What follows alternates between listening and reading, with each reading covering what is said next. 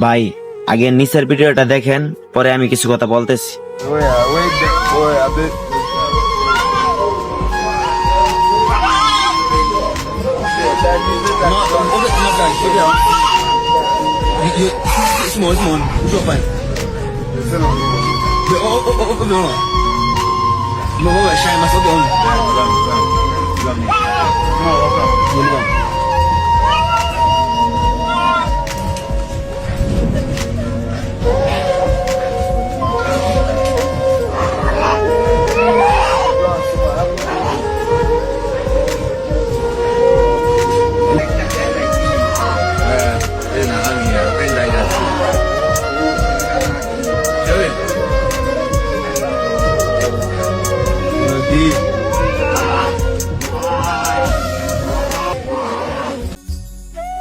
কি এমন পাপ করছিল এই নিষ্পাপ বিড়ালটা, তাকে আগুনে পোড়ানো হচ্ছে?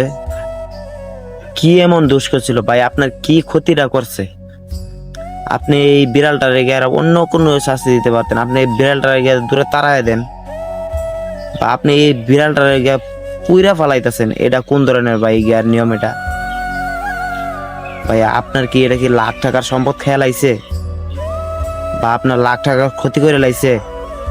ভাই তুমি যে বিড়ালটার এমনি শাস্তি দিতেছ, বুঝছো, আল্লাহ ছাড় দেয়, ছেড়ে দেয় না, এটা মনে রাখো।